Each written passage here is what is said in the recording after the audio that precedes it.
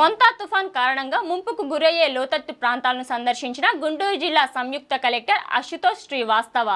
గుంటూరు జిల్లా సంయుక్త collector Ashutosh Srivastava IAS వారు జిల్లాలో మొంతా తుఫాన్ కారణంగా ముంపుకు గురయ్యే లోతట్టు ప్రాంత ప్రజలను ముఖ్యంగా పెద్దకాకాని, తాడికొండ, పత్తిపాడు, పెదనందిపాడు మండలంలో సందర్శించారు. అక్కడ నివసించే ప్రజలను జిల్లా యంత్రాంగం ఏర్పాటు చేసిన రిలీఫ్ క్యాంప్ నందు సురక్షితంగా ఉండాలని వారికి సూచించారు. అలానే రిలీఫ్ క్యాంపులలో ఉండే ప్రజలకు తగు మౌలిక సదుపాయాలు ఏర్పాటు చేయవలనని, వారు ఉండేటటువంటి పరిసరాలను పరిశుభ్రంగా ఉంచవలనని సంబంధిత అధికారులకు తెలియజేశారు. తదుపరి సంబంధిత మండలాల్లో వరద ఉధృతికి పొంగేటటువంటి వాగులను సందర్శించి అక్కడ 24/7 డ్యూటీలను వేసి ప్రజలను ఎప్పటికప్పుడు అప్రమత్తం చేయవలనని సంబంధిత అధికారులకు ఆదేశాలు జారీ చేశారు. రిలీఫ్ క్యాంపుల వద్ద ప్రజలకు సరిపడ నీరు, భోజన సదుపాయాలను ఏర్పాటు చేయాలని అధికారులకు తెలియజేశారు.